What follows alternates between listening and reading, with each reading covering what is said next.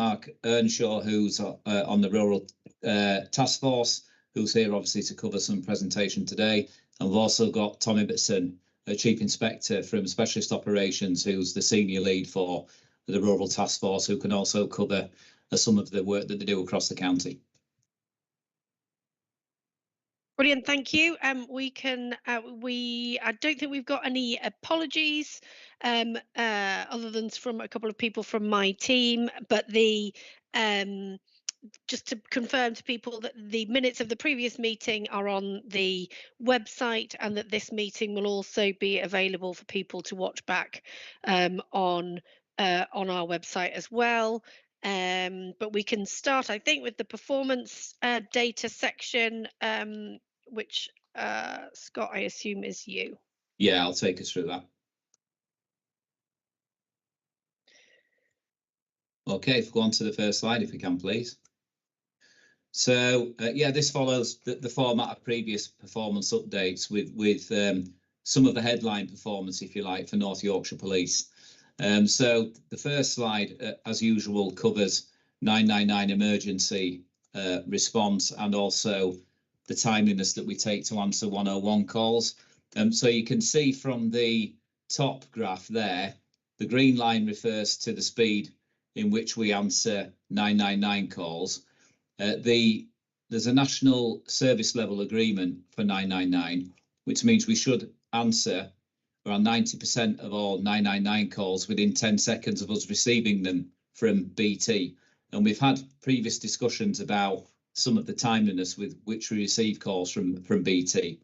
But you can see from there a lot of work done in terms of improvements, particularly since July 2022. So this goes back around 2.5 years when we saw some significant investment in technology and people within the force control room, and some really excellent performance from colleagues in there, which is becoming more consistent and improving. So for 999 calls now, you can see that for the last, certainly since the back end of last summer, we're above the service level agreement target of answering 999 within 10 seconds. The orange line refers to 101 performance, as you can see. So that tends to be non-emergency calls. And 101 historically has been a difficult area for North Yorkshire Police. But as you can also see, that continues to improve. And we've got the latest performance there for February. So for 999's calls, this is the bottom table for February, is at nearly 96%, 95.5% for 999. The same period last year was 88%, and the same period from 2022 was 72%. So the improvement's obvious. And then for 101 calls, you can see for February about 67%. What that 67% refers to is the amount of calls that we answer in under 3 minutes. So there was some discussion about a national service level agreement to answer 101 calls was under 3 minutes. And you can see we answer around 67% of those calls under 3, with the vast majority actually being answered in under 5 minutes. So you can also see there that based on February's performance in North Yorkshire Police would put us around the 5th best force nationally, which is a significant improvement. And for 101, our average answer time during February is 2 minutes 51 seconds. And we discussed last time about putting some of the maximum wait times on here as well. So for the longest 999 at 2 minutes 55, we can get periods of repeat 999 calls coming through. So that, for example, might relate to a road traffic collision on the A1, where we'll receive multiple calls at once. On the 101, you can see there, 1 hour, 15 minutes. They tend to come through at busy periods where we might be busy on the 999s, but we do strive to answer that as quickly as possible. And I should highlight, and I do it every month, that there is a facility on 101 to select a ringback. I can give complete assurance people will not fall out the queue if they do that, but they will receive a ringback in terms of the next available operator, which really helps us manage demand really well, but also provide a quality of service to the person who isn't then waiting on the phone for an answer. So that 1 hour 15 will be someone who sat on the phone for that length of time, awaiting for a 101 call to be answered. Yeah. And having sat in the force control room myself and worked with colleagues in there are times when even the less urgent calls can be complex. So we can have people ringing up with really complex issues that they want to come and communicate to us, but they don't come through the nines. And it's not as simple, obviously, as putting the phone down. We need to be compassionate, we need to listen to people, and we need to take their issues seriously, which is why the thought that 101 calls are a lot quicker to resolve isn't correct. They can actually be time consuming to really get to the heart of the issue. So that kind of completes the slide for call management.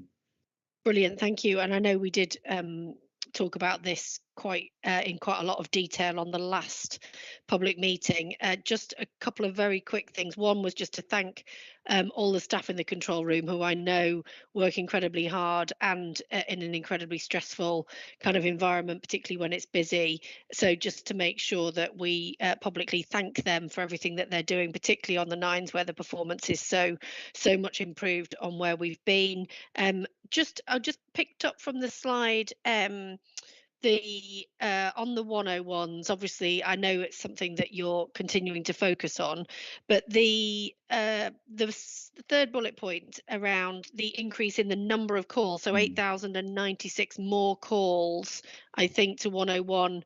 Is that than this time last year, or is that over the entire year? And just whether there's any evidence within that of the number of people who are repeat callers in that number. Yeah, so the 4% increase, or the 8,000 more, is basically compared to the previous full financial year. So April to March 23-24, we've seen 8,000 more calls on 101 since April to now this year, if that makes sense. So it'll be higher than that, obviously, for the complete financial year. I think some of that has got to do with the drop in 999 calls that we've seen. So because our timeliness is better on 999, they're getting picked up immediately, if you like, and our timeliness on 101's better as well. So yeah, but we've definitely seen a genuine increase in terms of repeat calls.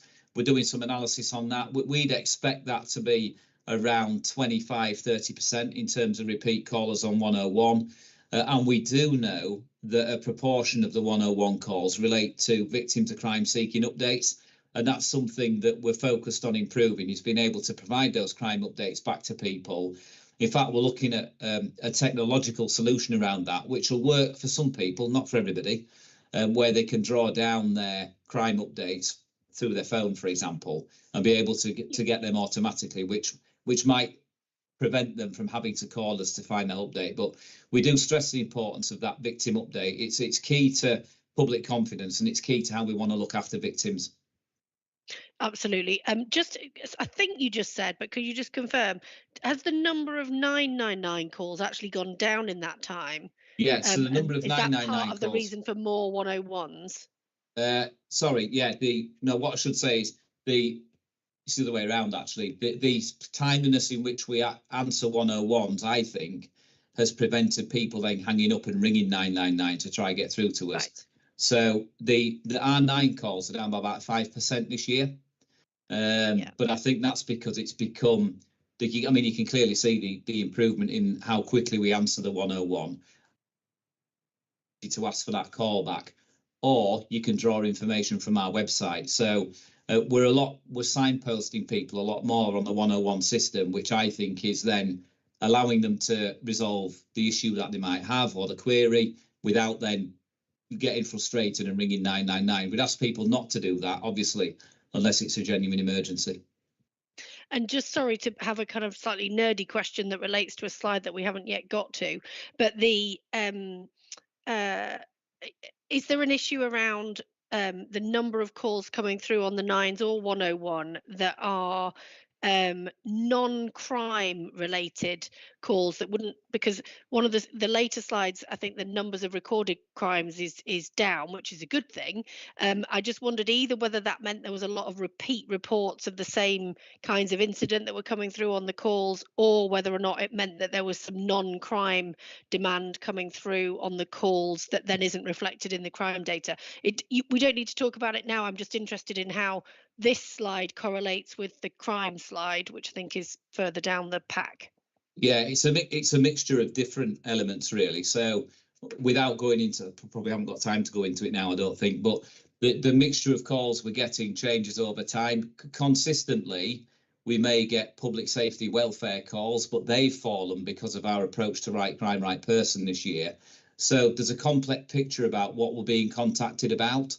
Certainly for the nines, you can understand how with less crime, less ongoing crime, you will see a drop there. But with 101, there's more analysis to do in terms of what people are contacting us about. Great. All right, that's fine. We can move on. Okay, so the first slide outlines how quickly we pick up the phone when the public ring us. This second slide articulates how quickly we then arrive when there's a requirement for it to attend as incident. So not every 999 call we get will result in a deployment of a police officer, because some are either not genuine emergencies, or some don't require a police officer to attend, or some are about the same incident, which we've already kind of outlined. So what you can see here is that the top black line is our response times into the urban areas of the force. There are no national SLAs around this. We set them for ourselves, our service level agreement. So what we've done is we've taken a view that we want to attend 80% or above immediate urban calls, which is the black line. So that's in our urban areas within 15 minutes or less from us receiving the call, which is important. So when our call taker picks the call up, this measures within 15 minutes how often we arrive at those emergencies. So you can see for that we're consistently above our service level agreement. And the green line describes then in our rural areas how quickly we're responding. That's slightly longer at 20 minutes, purely because of the geography of the force and how obviously it's a huge expanse, the biggest force in England and Wales. But again, you can see there how we are, certainly over the last few months, getting above that 80%. The red line at the bottom is our priority attendance, which means how quickly we get to a call that we judge we need to be there within an hour. And you can also see there that's creeping up towards the 80%. And just in the bottom bullet point there, around the priority graded response within an hour, it's just under the 80% for the year, but around 11% of those missed priority calls were missed by about 10 minutes or less. So quite a significant amount, where if we don't arrive in the hour, we arrive within about 1 hour, 10 minutes. And that's very often to do with geography, concurrent demand. But again, this represents a really significant improvement in terms of where the force has been historically. And actually, this is about where we would want to be consistently year on year, accepting the summer months can be busier, whilst you perform more strongly in the winter months, purely because of the number of calls that we receive. And can I just so that it's clear for people who might be watching who wouldn't necessarily know, the difference between urban and rural for this context is the urban, is it the towns and the cities, and is the rural villages and the kind of rural areas, obviously, but what constitutes rural, including like where does a village fit and where does a smaller town fit between the urban and the rural? Because we've got so a lot of those. It's quite interesting. It tends to be defined nationally. So we don't define that those areas tend to be defined nationally. So you might get, for example, a village that's very close proximity to a town that would still be counted as urban. So it's not necessarily about the size of the village or the town. Towns will be urban. So and York clearly will be. Other large conurbations within the county will be. But you could have a village that's quite close to those areas that will still be counted as urban.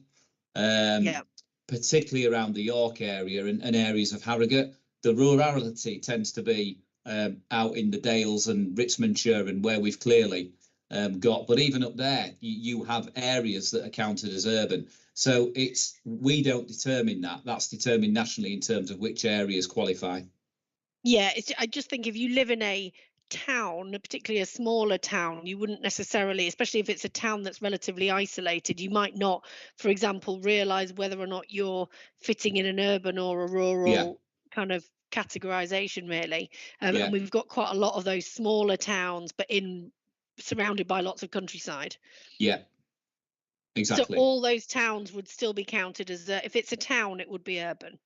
It depends on the population density. It's a bit more complex than Right, that. okay. So Okay. it's nationally defined, as I've said, and it relies on a number of factors. Okay, that's great. All right. Just in terms of those the longer waits for response, just what the process is around that.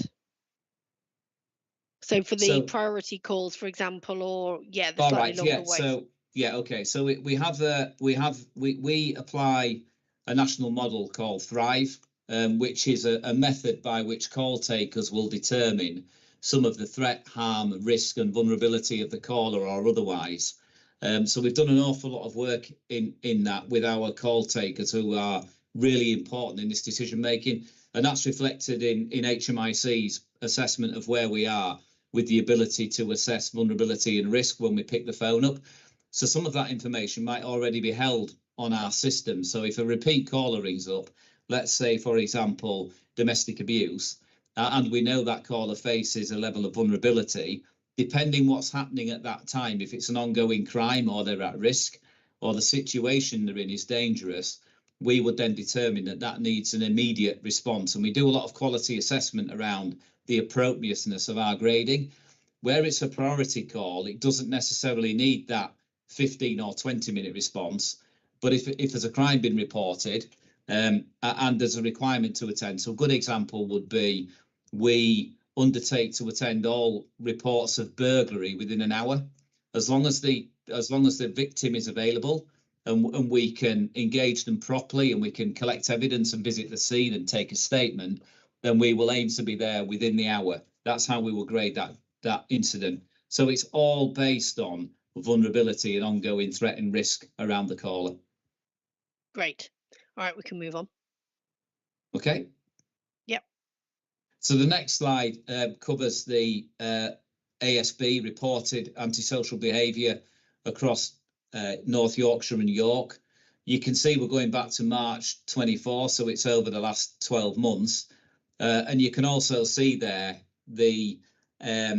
a slight downward trend. If you took that further out, that would look a lot more dramatic, because we've been supported through funding over the last year and through neighbourhood policing teams, particularly around the antisocial behaviour hotspot funding that we've had through central government, where we've really targeted those areas of repeat demand, and particularly where the public have reported antisocial behaviour. So the starting point here is, if you've got an ongoing antisocial behaviour, we need and encourage people to report it.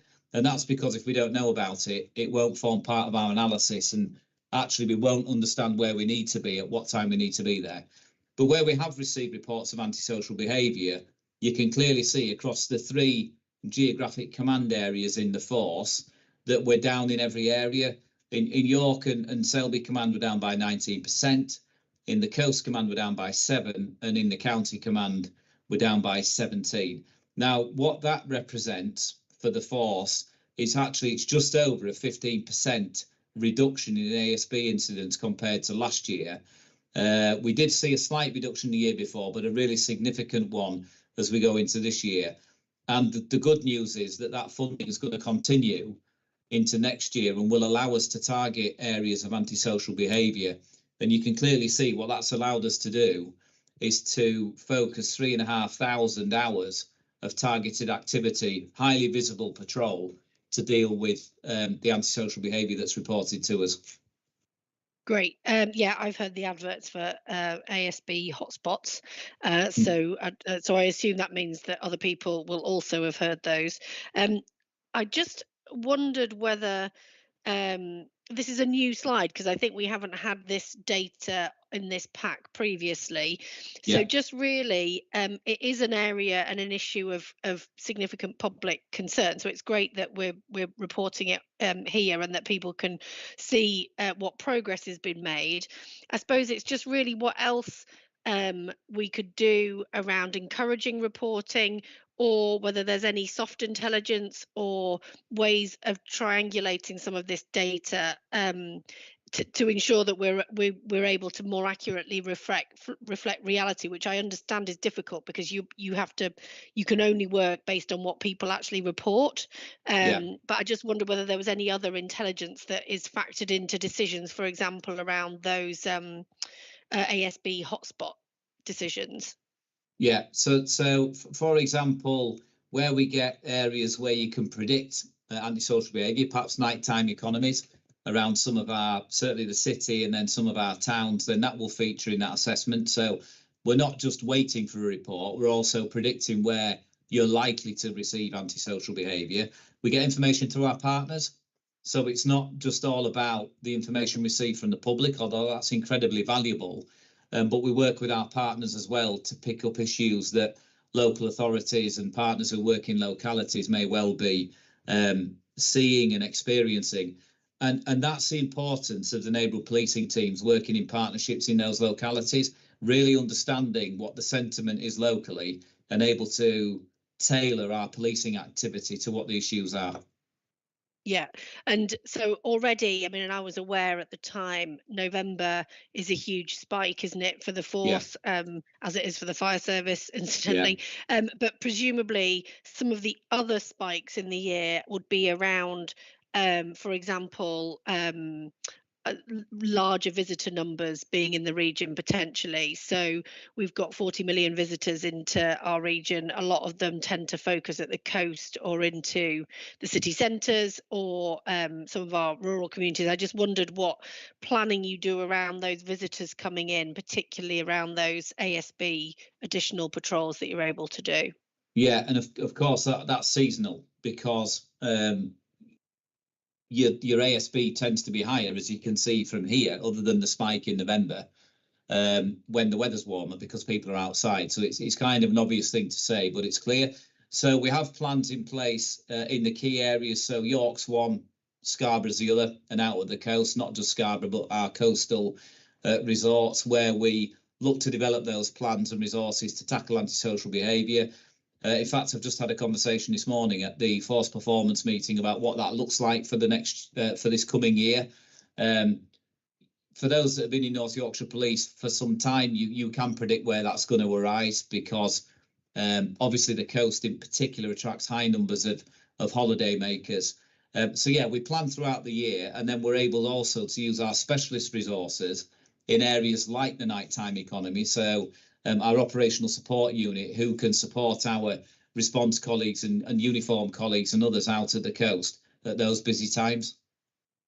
Brilliant. And look, that 3,500 hours of targeted activity, that seems a lot to me. I just wondered what we would anticipate that number being in the coming year if the funding is continuing. I think it might be slightly higher than that because the funding came a bit later in this financial year. So you've got to get your planning off the ground. You need to use all your intelligence and your information from the public to properly assess where you need to put those resources. But we have a really robust reporting method back to central government to demonstrate that I think there's 47 areas across the force where we've targeted that activity, and we're able then to report on those areas as to the impact to those additional patrol hours. So I would anticipate with the same amount of money this year, we didn't actually spend it all this year just because of the timeliness in receiving the confirmation of that funding. So we'll be hitting the ground running from the beginning of April. So I would anticipate that 3,500 hours, as long as that funding comes through, will be higher than that. And is this a slide that we're going to see regularly? So I think we're looking at neighbourhood policing next time. That's a particularly relevant one to look at in the context of ASB. So it would just be useful to keep this this kind of data coming through, because I think the other message that is really important that the public receives is just the importance of reporting. Actually, you know, we have got these additional patrols. They will be targeted in the places where we think that they are most needed, but if people don't report, then they won't be targeted into those places. So it's really important that people report.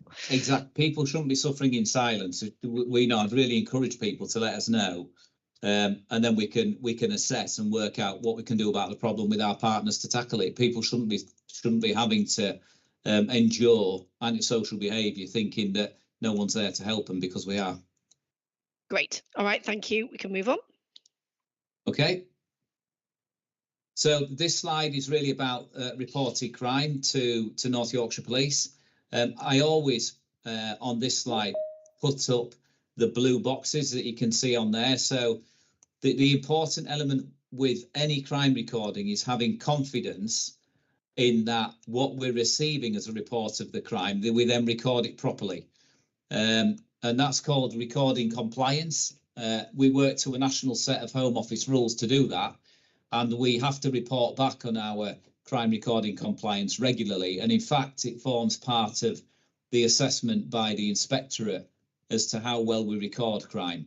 And you can see there, just those, they're good gradings for recording crime. We don't take that for granted. It's really important that we are confident in our crime recording, because obviously we then go on to report what reported crime we have actually seen this year. So that's the blue boxes. The headline for reported crime or total crime in North Yorkshire is a 6% reduction over the year before. So this year, since April 24, we've seen a 6% reduction in total crime. And you'll see in the table on the left there that it is a mixed picture. The vast majority are demonstrating reduction. So arson and criminal damage, for example, down 5%. You can see there burglary other, so that's other than a residential dwelling, I'll come on to that in a minute, is down by 5%. The burglary of people's homes is actually down by around 5%. Residential dwelling also includes outbuildings like sheds, but people's actual homes is reduced this year. You can then see areas where we've seen an increase in crime. So the wonderfully named miscellaneous crimes against society. I was going to ask you about that. Yeah, that's a whole basket of crimes, but actually some serious offences in there. So the online sharing of indecent images, for example, is in there. Obscene publications is in there. We're working a good example of why that's gone up. The National Crime Agency are becoming a lot more proficient at identifying those kind of offences. File sharing of indecent images of children, for example. So we're seeing an increase in those amount of crimes reported to us from the National Crime Agency. That work then goes into our online child abuse teams, who then conduct those investigations. That's going to be an area of investment, I feel, over the next 12 months, because we're predicting an increase in demand in there. So that's an area of risk, but actually the fact that we are discovering more of those crimes and dealing with them can only be a good thing. Possession of weapons, you can see, is up there. We're just doing some analysis of that. We've increased our stop searching. We're more targeted in terms of that. So there's some work around overlaying our intelligence of serious and organised crime and of serious violence and then the possession of weapons. But then you can see beyond that, robbery down by a quarter, which is significant. Bicycle theft down by about 10%. Shoplifting, retail crime remains a stubborn problem, but it is nationally. So we've redoubled our efforts this year to tackle retail crime, particularly in our towns and cities. And I think that's had the effect of us instilling a little bit more confidence with retailers to report it. So I do believe we're seeing that. Our outcome rate on retail crime is really positive. And in some areas of the force, we're detecting half of all the retail crime that's reported to us, if you like, so 50%, particularly out the coast. But again, we need to encourage reporting of that, because these tend to be repeat offenders. If we don't know about it, there might be an opportunity for a criminal justice outcome there that we need to make sure that we get on behalf of the victim and the retailers. And then you can see more broadly, there's areas of further reduction in theft from person and in vehicle offences and in violence against the person. And all that results in, is, as I've said at the beginning, around a 6% reduction in total crime for the year. Great, thank you. Yeah, that some of those those numbers that are going in the wrong direction are quite concerning. I just on the miscellaneous crimes one, just at the moment, that is a relatively large number compared to the other categories. I just wondered if you're anticipating that to increase, whether that might get recategorized. And actually some of those offences, from what you said, sounded more like sexual offences to me, but maybe I don't know how the categorization works. I just wondered whether there might be another way of categorizing some of those things going forward, that would make it clearer what was actually going on. But are these national categories? Yes. Yeah. So what we could do is have a little bit of work and breaking them down, which will probably give a little bit more detail, I think. But these are, so when I spoke about the national crime recording standards and all the compliance and the regulation around that, these are the categorization within that guidance. But what we could do, because we've already done it, is we could break down those categories into more digestible and understandable elements, then we can report on those. But the vast majority of that, again, we've had a look at it this morning through the force performance meeting, the vast majority of the miscellaneous crimes against society is that it comes under indecent publication, actually, but it's actually online sharing of images. Yeah, it's more, it matters more when it's going in the wrong direction, and when the numbers become quite large, then it would be useful to understand whether there were things within that category that were a particular concern. It doesn't matter for now, but it just may be worth, if it continues to go in that direction, whether there's a way of just having a little bit more information about what is going on I think there. we need to be careful about using the wrong direction terminology. If this is because policing's become more capable at uncovering these offences that are already there, then that means we're keeping people safer and safeguarding them, and then targeting those offenders. So, and that's what I was getting at, really, around the work of the National Crime Agency and the technology that they're developing that's available to them. So nobody wants crime to increase. But actually, if you're not discovering and dealing with it, then you're posing a risk to potential victims and perpetrators who are able to operate with impunity. So I think there's always an understanding about what these, more burglary is bad, right? We don't want more burglary, because obviously, but in areas like this, particularly in the online space, I would suggest that an ability to detect it more and safeguard people is probably really important.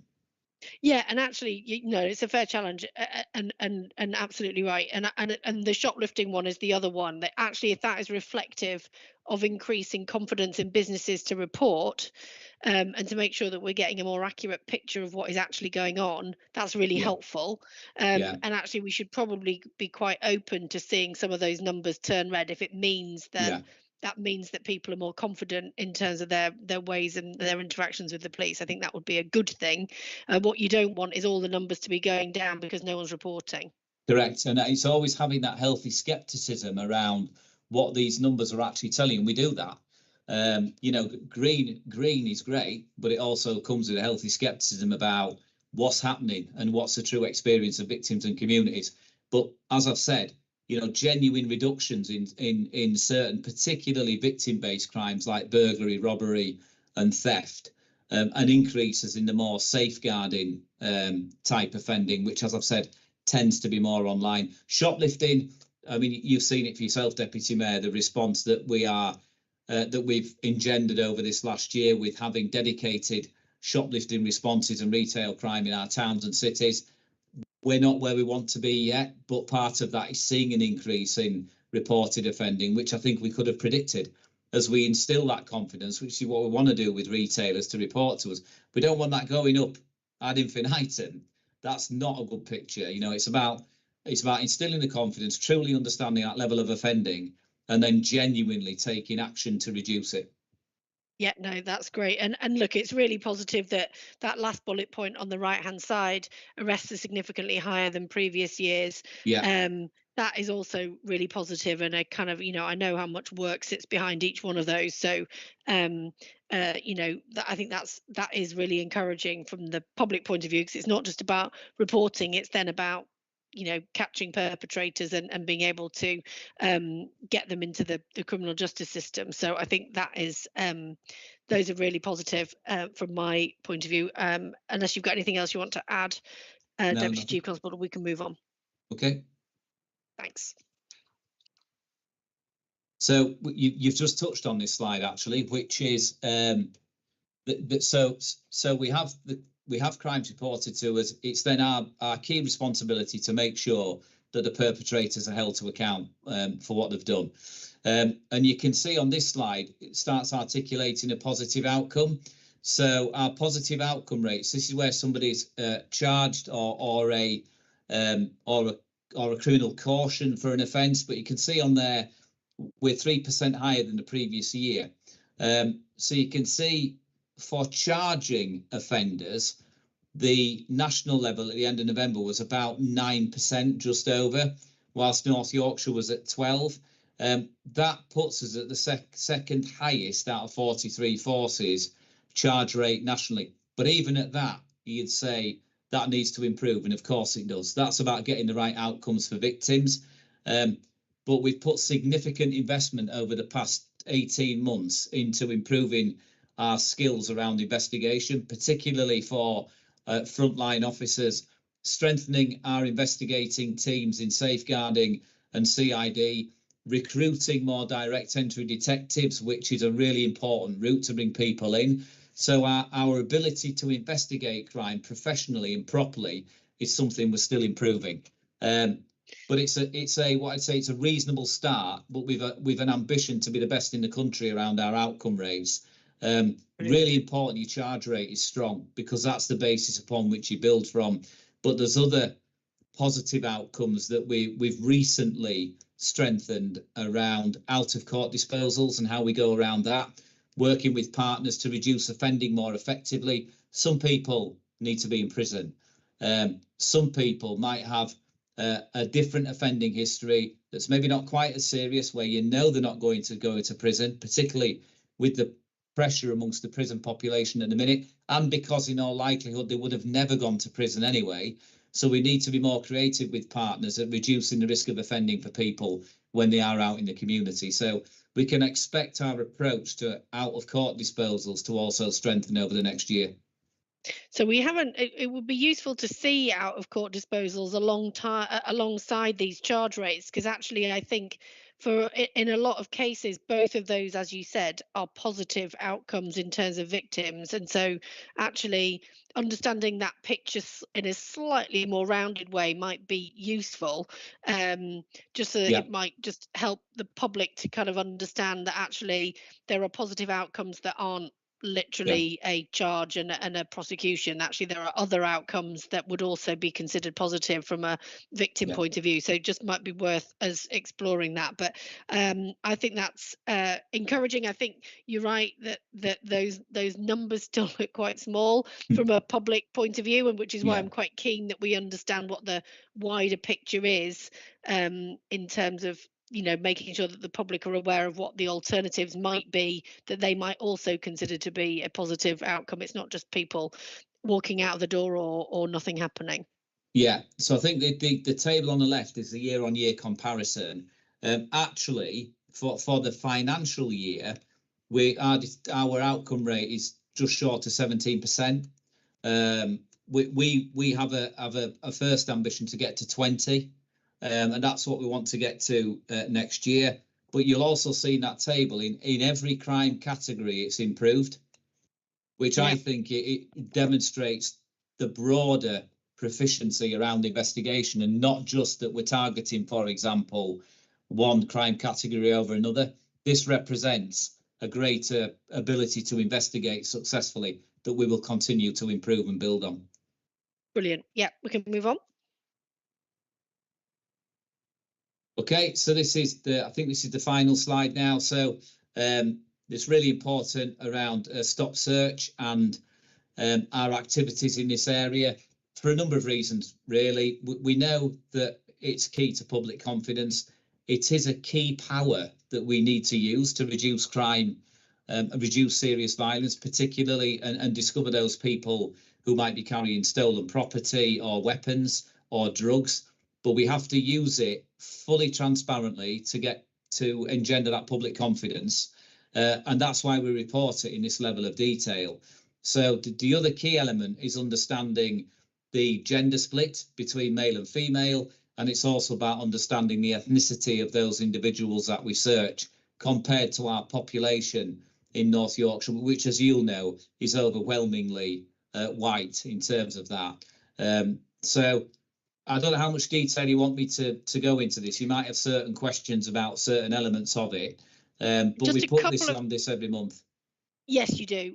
Just a couple of things. One was just to understand the trend around both age, particularly age and ethnicity, and just whether that trend was both kind of relatively consistent or whether there were any kind of shifts in that trend over time.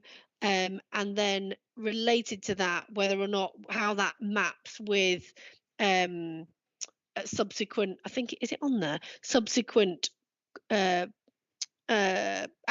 action. So, you know, whether it's a charge or an arrest or whatever it might be, just whether there was any other information either sequentially. So what happened last year? Oh no, it would be the end of last year compared to now, and also just whether or not there's any correlation with prosecution or charging. Sorry. Yeah. Okay. So if you look at down the left-hand side of the slide on there, so this obviously covers the period from the 1st of January. So this is the first 2 months of this year. So about 400 people we've stopped searched in that time. You can see there the reasons why. So some are person only. So that's a person, what we would call a person on foot. They're not in a vehicle. Some people may be linked to a vehicle search where we stopped a vehicle and then we stopped search them as a result of that. You can see there that 231 were NFA, short for no further action. So that was the officers had the grounds to search them, might have been at 2:30 in the morning, might have been some suspicious activity reported, they've come across a vehicle or a person, they've established the grounds for themselves, and then they've taken action to search the individual. I should point out all the grounds are recorded on the stop search record and checked by a supervisor to make sure they're proportionate and necessary regarding that. You can then see where we start talking about the positive outcomes. So this is where we might find something, we might arrest somebody, might be wanted. So they might already be wanted for an offence when we've checked them through the police national computer. So this is quite a complex picture here about what relates to an item being found and the reason why somebody might be arrested. They might be slightly separate. So it might be not as a result of the stop search that they've been arrested. It might be for another reason. But as a result of the stop searches, you can see there around 15% are as a result of the stop search that's taken place. So on the very fact that we've searched and we found something that's resulted in their arrest. And then the rest, I know we've had a question before about kind of the particularly young people being stop searched. They receive a high level of scrutiny. We have a use of powers governance board within the force, and we also are very transparent in our stop search. So we have scrutiny, external scrutiny, that test our approach to stop search. I think we've covered the 10-year-old before and the circumstances of that, but just in case there's a question on that, that was a report from the parent that the individual had a knife. So that's obviously that's key, that the police make sure that not only are other people safe, but that young person safe as well. So they were the grounds on which that search was conducted. And then you can see the vast majority of people that we search tend to be over the age of 18. Between 18 and 34 actually tends to be the group that we search, and the vast majority are male when you look at it. So I am just for the purposes of anyone watching, I have looked at the data from this time last year. So this slide, as you said, is a recurring slide. I think based on my quite quick maths, the no further action percentage is down. So it was about 61% and it's now, as this slide says, just under 58%. The arrest percentage has actually gone up. So it's gone from 21% to 26%. and the percentage, I just did it very quickly, and I've only done it for one age group, but the percentage of the 11 to 15s, which is probably one of the numbers that you might be slightly concerned about, has dropped from 10% to 8%, although that's marginal because the numbers are relatively small. But I think that just those broader kind of arrest no further action percentages imply that the approach is robust. And officers are making sensible decisions about who to stop and search. I mean, and that's notwithstanding exceptions that can always happen, but it looks from the data like those are proportionate decisions that are more proportionate than they maybe were a year ago. Yeah, and we should also add that every one of these encounters is recorded on body-worn video. So in terms of transparency in the actions of the officers, they all carry body-worn video. In fact, very pleasing, we're just taking delivery today of the new generation of body-worns, which give us a lot more capability around offline uploading of the footage without the officers having to come back to the police station to do it. So body-worn's really key in this space because it allows us to really learn from those interactions with the public and really reassure ourselves that we are conducting these stop searches within the regulations and the law that we ought to do. Yeah, that's great. And then I think that was your last slide. I just had a question because I think in every other slide pack we've had slides about both officer numbers and sickness and absence rates. I just wondered whether you could just say a little bit around those slides and where we can get an update on that. I think the plan is that we get a fuller update on the neighbourhood policing meeting, which is the next meeting. But if you could just fill us in a little bit on the absence of those slides, because they have been, I think, a regular feature of most of the other public meetings. Yeah, I suppose we didn't include them because they don't change a lot. So until recently, obviously, with the neighbourhood policing support from central government. So the reason I think that we reported these historically was because of the police uplift programme. So we had to maintain a certain number of police officers in the force to receive the funding through the, people will remember, the 20,000 uplift. That's now moved into a police maintenance programme. So we still need to maintain those original numbers. But what we're finding was every month we're reporting the same thing. So because that didn't change. As a result of the neighbourhood policing change, we are recruiting 32 new neighbourhood policing officers for next year. So they will be on top of, they're not taken from other areas of the force, they will be on top of the 1,644 police officers that we have in North Yorkshire Police now. So our total number of police officers going forward will be 1,676. And in addition to that, you will have noted from previous slides the numbers of PCSOs that were also on there, and we are recruiting through the neighbourhood policing grant again an additional 20 PCSOs into neighbourhood policing. So if you remember, I think on the last month's slide we were reporting somewhere in the region of we expected to have about 101 PCSOs in neighbourhood policing by the end of this month, which is the key measure. And on top of that, we'll be recruiting an additional 20 directly into neighbourhood police. And I'm really content we report that going forward. That'll be a key area of scrutiny, I would have thought, from yourself and for the public to see that we're recruiting them as we go through the year. Yeah, I mean, it's one of those, it is an area that the public ask about a lot.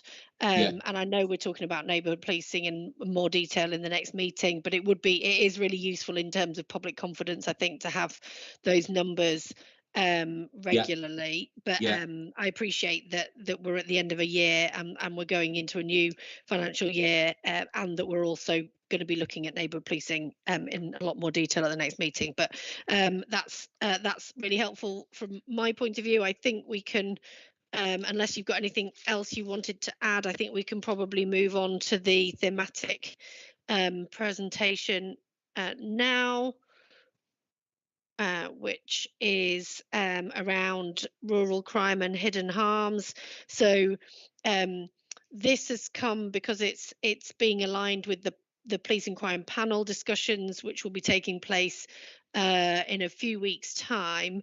But going forward, just from a public point of view, these thematic sections will kind of realign with the new police and crime plan, which is going to be published at the end of this month, and that will then the thematic sections of these meetings will then be realigned to the new police and crime plan. But so this is the last one of these on the old police and crime plan, and I will I will hand over to, oh, I'm just trying to check my notes. Who's presenting this bit? It'll be myself, Deputy Mayor. Oh, thank you. Yes, the floor is yours, if you want to take us through the slides. Thank you, Deputy Mayor. Good afternoon to everyone. So I brought Mark Earnshaw with me. He's one of the sergeants on the rural crime team, to answer any really specific questions. This is an area that Mark and the other Sergeant Dave live and breathe. I've been asked to take you through 15 minutes of presentation, and we'll look at that on North Yorkshire's approach to rural crime and hidden harms in that area. So we're going to go to the next slide, please. Sorry. Thank you. So this is an image, Deputy Mayor, from the current police and crime plan. I'm sure you'll recognise. And I just wanted to, as we always kind of do when we're discussing the topic, really just emphasise to those of the public that may not live in the rural areas of North Yorkshire just how vast the county is. England's largest county, certainly largest and most rural policing area, or one of the most rural policing areas, I would suggest, which presents a number of challenges. We're bordered by 7 police forces and a good chunk of the North Sea as well, and we've got some high crime areas surrounding the force, to the north and south particularly. So that does present a challenge around cross-border crime, which is one of the key challenges that Mark and the team are focused on daily, and a real concern, I'm sure, of our rural communities across the force. Whilst we invest in the rural crime team, I'm one of a small number of forces who do have a dedicated function around our rural crime. The team have obviously got a huge area to cover with the small numbers they've got. So yeah, the only thing, no, it's really helpful. The only thing I would just add to that slide, which is actually really useful, and I've started using a map a lot when I'm talking to people, because it just helps people to kind of appreciate the scale of what we're dealing with, 3,200 square miles. I think the visitor point is very well made in terms of the 40 million visitors, which I mentioned earlier. We obviously do have our own criminals, in addition to people who like to visit us. Just to add that context, but yes, there's no, that it's a very helpful map, but we can move on to the I think the next slide is about the strategy. Thank you. Yes. So I just wanted to set the context really around our strategy. Conscious we presented to you in November, Deputy Mayor, around the rural crime teams. I just wanted to perhaps focus on some of the areas we hadn't before. Firstly, just focusing on our plan on the page, which guides us in terms of internally around where we know the areas we need to be good at, why we exist and what we do. I think the rural task force talks to a number of these areas really well. So obviously, they do give an outstanding service to the people of North Yorkshire, and a lot of their work is in the preventative space, effectively responding to and investigating crime and safeguarding vulnerable people. And we'll come on to that some more in particular later in the presentation around domestic abuse. In particular, the team are really well embedded within rural communities and do a lot of events and engagement throughout the year in those communities, and that allows them to really have an understanding of some of the challenges specific to that environment. And then just picking on innovation, the team have been really innovative around the use of data, and to pick up on some of those concerns, are able to articulate those perhaps better than some of the data we get from the national crime recording standards, as we touched on earlier, and that's a real strength for us in North Yorkshire, but an area we're trying to promote. So that's the plan on the page, and then to the right we've got the control strategy there. which is the 2024, and we are just in the process at the moment of refreshing that to the 2025 strategy. And I just wanted to highlight there to the public that whilst we won't go into the details of the tactics around a lot of this, a lot of those areas, these are the key areas for the force, and rural crime is right up there in terms of priorities for North Yorkshire around our control strategy. Hence us having a dedicated function. And then just wanted to draw across the parallels really to domestic abuse there, and other areas of real importance to the public that I'm sure they would expect us to be focusing on. So our commitment to rural communities and crime is right there in the strategy, and obviously that's a key area for the Rural Task Force, covering both of those. And when can we anticipate having the new control strategy? I would defer to the Deputy Chief Constable in terms of when that might be formally released, but I know discussions are ongoing in force at the moment to formalise that.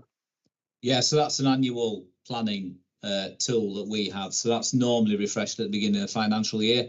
So that's where we look at all our crime data over the previous year. We look at what the threat and risks are, accepting you are allocating limited resource to problems that you can see and that you have to prioritise. So as part of that control strategy, obviously rural crime's up there for the county just because of the very nature of us and the risk it poses. So that gets refreshed and the new priorities come out normally at the beginning of April. Great, thank you. We can move on.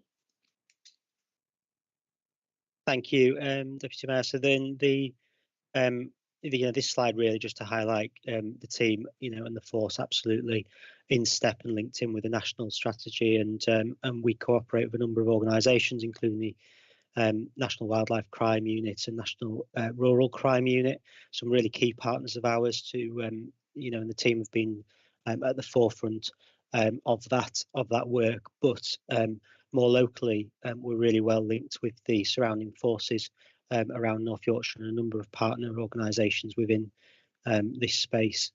So just wanted to draw on those links really.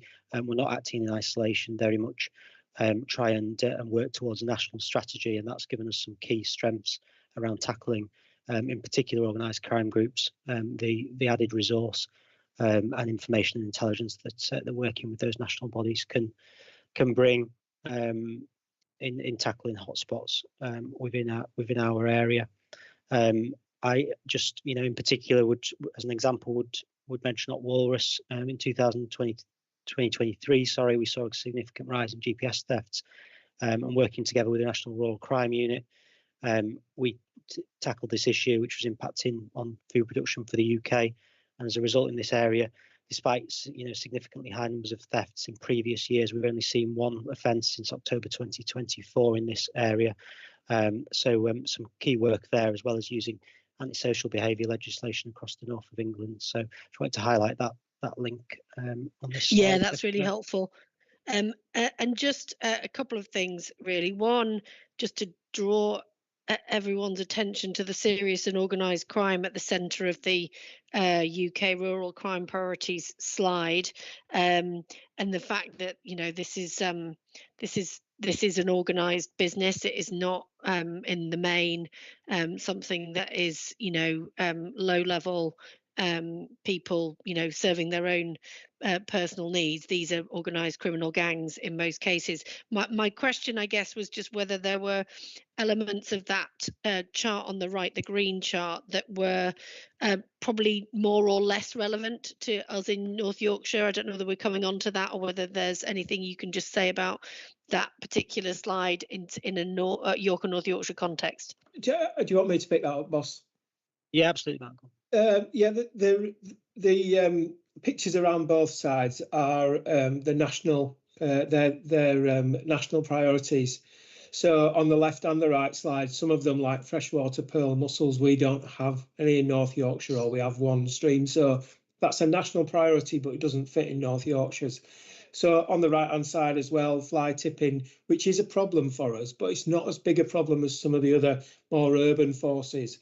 So although we work closely with these intelligence groups, I think the the actual bringing us together with our partners around about the forces that surround us, that's the important thing.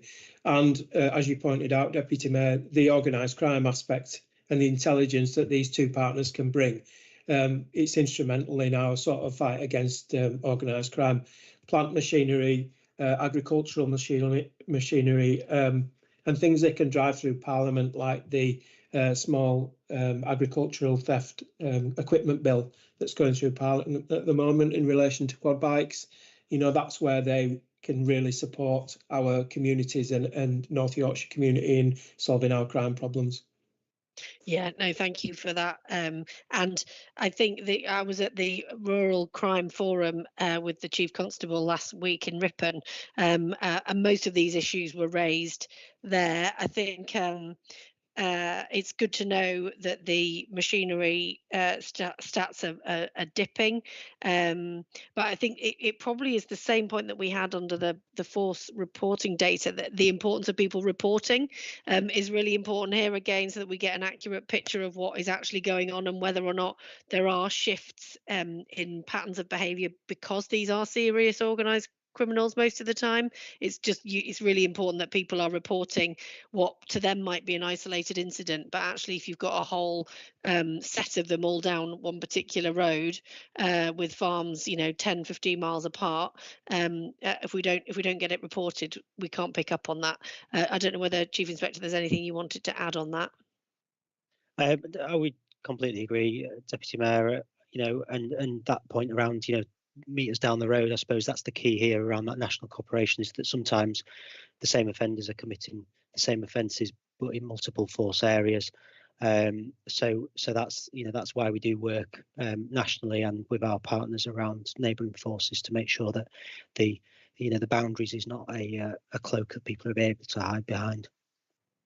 And Great. Perhaps the next couple of slides I've gone into particularly the poaching and farm agricultural vehicle theft, just to sort of highlight two of those areas we're working in for you.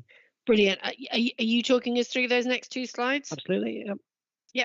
Go on to the next one, please. Just talking points really, Deputy Mayor. I know you've seen the detail around poaching figures previously, so I won't delve into this too greatly at this stage with time, but just wanted to highlight really that kind of year view. So what this figure on the left, this chart showing you, is the, you know, around the year in the sort of circular, and then offences ranging up in 50s from the centre, and this is around poaching figures. You know, North Yorkshire was seen at one stage, poaching being the second reported offence type to theft in the force. And you can see some significant reductions in the coloured areas as we go on to the smallest area, which is the 2024 data. But I think what the chart shows really well as well is that we've tackled that offending at its peaks all year round, and reduced it substantially, which is a real positive news story. You know, latest figures showing a rural 61% reduction, in poaching since we began recording those figures, as you can see there. And the National Rural Crime Unit have surveyed all forces, and we're one of only 6 that are able to do this. A pioneering force in the data we're able to give you here, and I know Mark and the team have presented to other forces around that. So just highlighting some of the good work and the results we're seeing there as a result of that. And then I just wanted to draw the parallels. Sorry, just one question before we move on to the next one. Oh, maybe it is covered by the next slide. What particular animals are targeted by poaching in our patch, or is it seasonal? No, it's not. It's not seasonal. It's hare and deer. Right.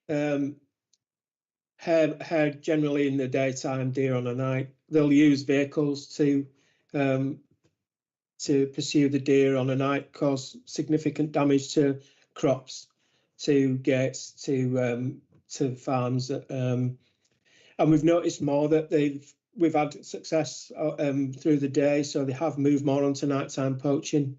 So, but again, that has reduced, but it is still out there. But yeah, that's most of our offences are hare and deer. Great, that's really helpful. Thank you. Apologies, you can move on. Thank you. Thanks, Mark. So then just the all-terrain vehicle there on the right, as you touched on from the rural forum recently, the figures presented there. We'd seen 110 all-terrain vehicles taken in 2018, and then we've seen a reduction in numbers year on year since, other than a slight increase in 2023, but that was due to some particular offences where a large number were taken in one go. We're now down to around 61 in 61 in 2024, but that's the current status. Clearly an area we're still working on, and I'll come on in the next slide to give some more detail around some of our actions there. But I guess I just wanted to draw the parallels really here, in that we're using the same methodology of the rural task force, but just adapting this to different crime types in terms of understanding the concerns of communities, and then working with partners to really tackle offenders, the locations they're operating in, and support victims. So that was really the draw from this slide, Deputy Mayor. So Brilliant. Are you okay to move on? I am, yeah, thank you. Thank you. So yeah, progress on tackling rural wildlife crime. Just wanted to highlight really, some of the actions around poaching. We understand the impacts better of poaching offences on the rural communities, especially the feeling of isolation that this offending behaviour can bring on communities. We're working with partners. And particularly key here is the work that the team have done in supporting local groups in setting up their own WhatsApp groups, which allow them to share information between themselves, and are a valuable intelligence opportunity for us in terms of targeting offenders. We've been working hard to target harden, helping people through funding from the Safer Streets Fund to work in communities, and then that stronger national approach using ASB legislation to tackle offenders, and that's seen some real reductions in the poaching area.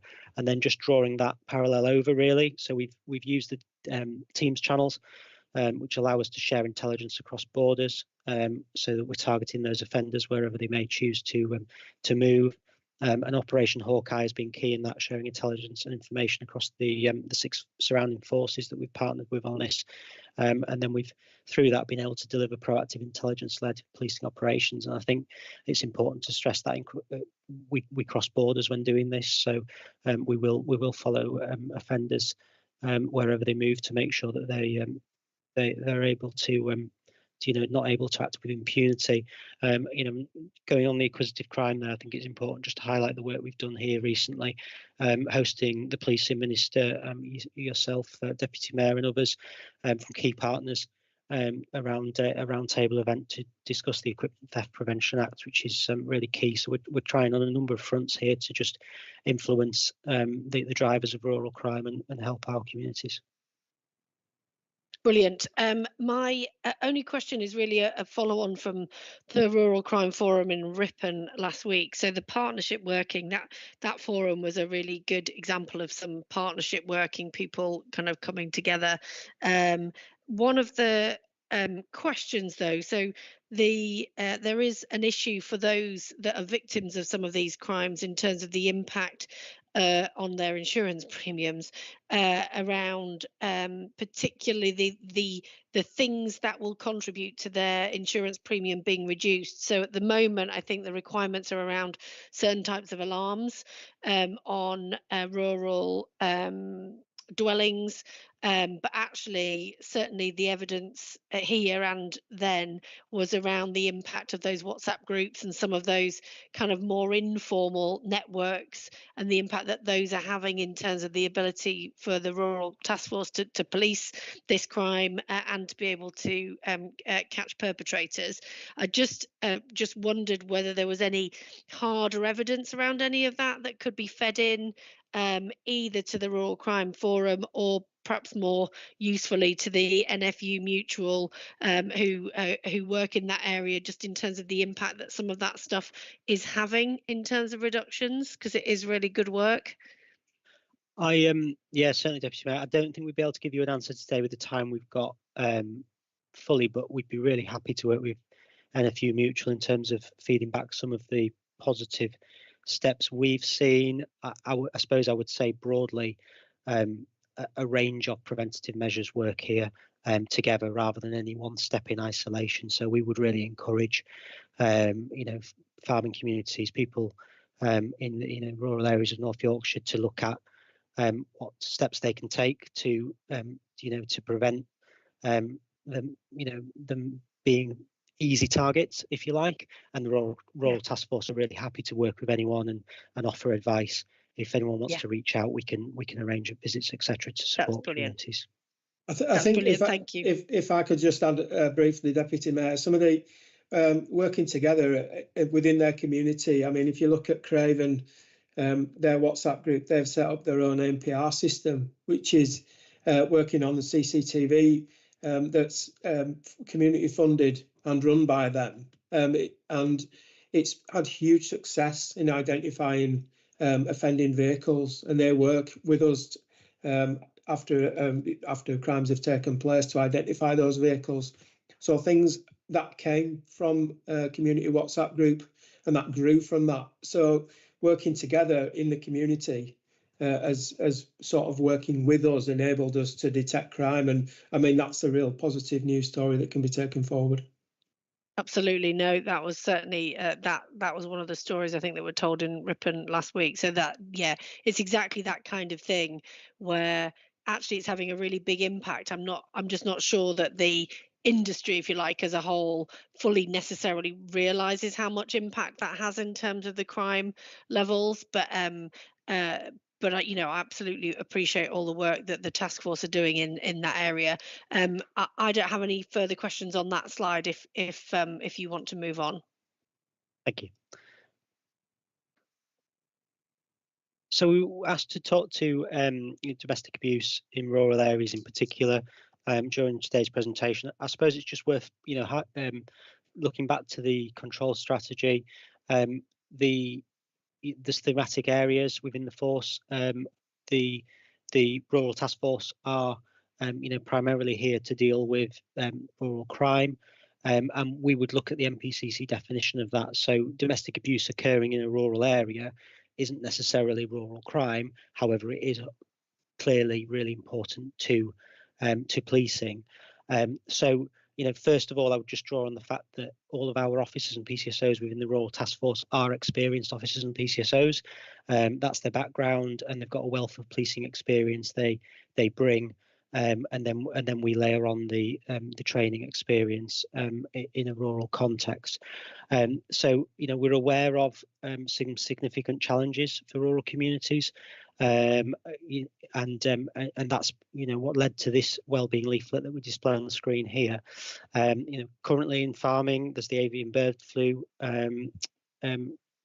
a crisis ongoing, and blue tongue disease as well. And we know that this has a financial impact for farming communities as well as a significant wellbeing impact. So as part of the Safer Streets Fund, as our teams were going out and visiting over 2,000 farms over the last year, we didn't just go with a crime prevention angle, but we went also to try and support people in terms of their well-being and any other forms of crime that they may be suffering. And ahead of that, so we developed this well-being leaflet, which has a range of well-being areas in it, including domestic abuse. And then before the officers went round and did all those visits, we had specific training that was delivered by the IDAS, the Independent Domestic Abuse Service, which was a 2-day input for the whole team, which trained them, as I say, more deeply in terms of how domestic abuse presents in rural communities, and some of the specific issues that they may wish to be alert to and able to discuss with families as they visited rural locations. So that's a key way that the Rural Task Force contributes to how we help people in rural communities deal with domestic abuse in its many forms.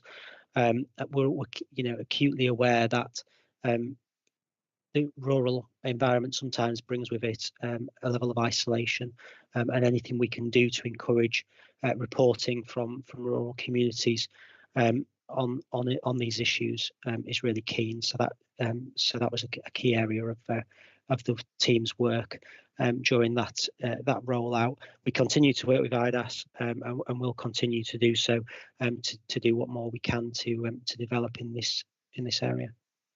Brilliant, thank you. That's really helpful.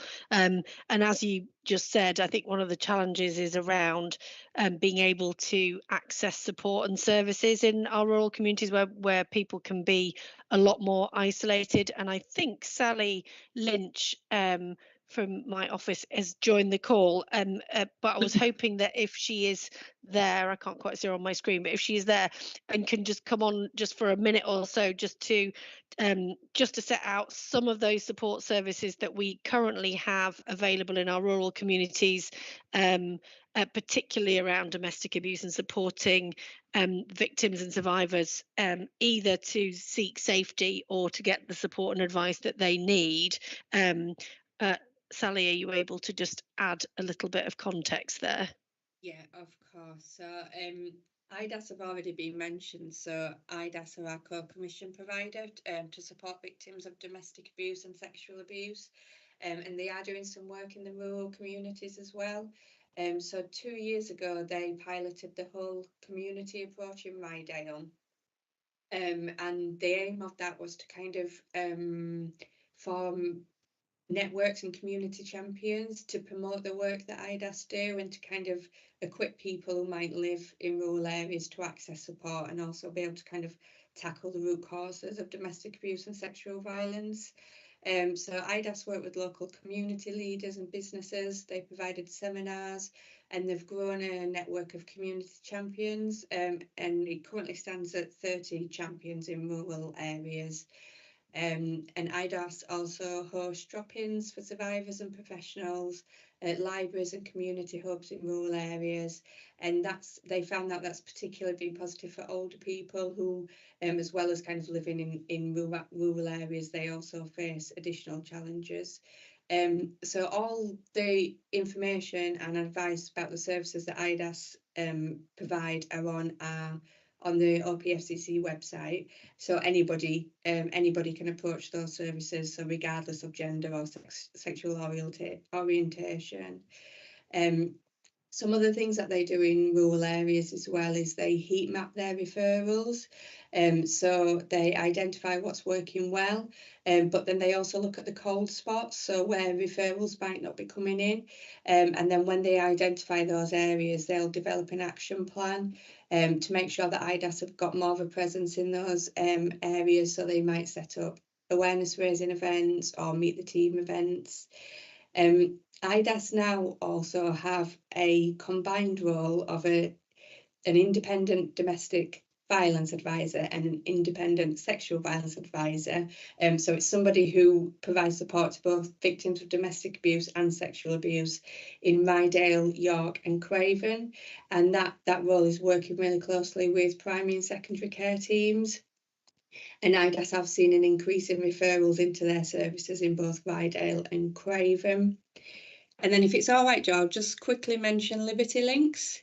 Yes, please do. Yeah, so Liberty Links is a converted van. It's like a camper van, which goes out to take services out to women in rural and isolated areas of the county. So it's manned by one person, but different services then come onto the mobile provision. So IDAS staff have been on, substance use support staff have been on, mental health. So that we piloted that in Rydale, and that started in August 2023. And between then and January 25, 414 women had accessed that service for advice and guidance. So due to the success of that, we've now launched a second van, Liberty Links van in Craven.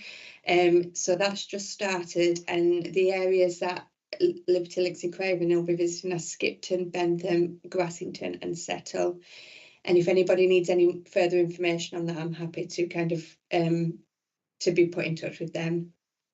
Great, thank you, Sally. And I think some of the reason for raising this here was just to ensure that the Rural Task Force was as alert to these referral routes in, even if someone isn't reporting a crime, just being able to kind of signpost people into the support that is available. I mean, and certainly there isn't any huge evidence that levels of domestic abuse are vastly lower in rural communities, but I am quite concerned that reporting might be significantly lower because of that kind of isolation and the difficulties in people seeking support. So thank you, Sally, for that. It would be helpful if we could just make sure that that link is with the papers for today's meeting, and wherever the link goes on the website. And just a question to the Chief Inspector around that leaflet. Just where could people get hold of it? Is it available online? Is there hard copies in libraries, or where would people get hold of it? It's something we've been circulating, and would be happy to, to let anyone have copies of for public resources, libraries, etc. Mark, I don't know if you're able to speak to any specific locations that they're available at the moment. They're mostly with us, but I'm sure we could make it available online. They tend to go out in a leaflet pack that we drop round about favourite streets or on revisits. But I'm sure making it online would be a good idea. Yeah, we'll certainly try and get those into more community resource locations. And I suppose it's just worth mentioning on the back of the excellent roundup there from Sally around our service directory that we run in force. So we have a resource that officers on the front line can really access quickly to refer people into a range of voluntary, third sector, commissioned services, etc. If they're out with someone and see there's a need for some support out there. So absolutely, we're not just dealing with crimes.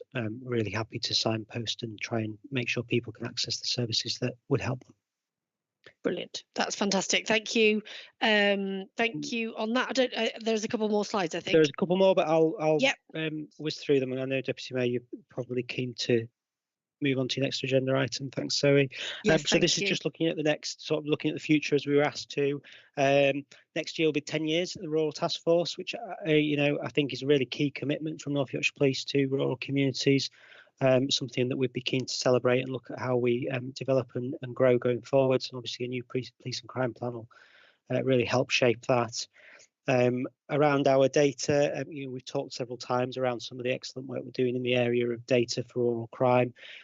Touched on some of the issues earlier on around the classification, which is really tricky, around is an area urban, is it rural, and what types of crime make up rural crime. We follow the National Police Chiefs Council's definition of rural crime, which I won't go into now unless you wish me to, but really keen to see how we can try and influence national policy around either national crime standards, crime recording standards or incident recording standards, to try and find a blueprint for how that can best be done to be able to take some meaningful data on the national scale from that.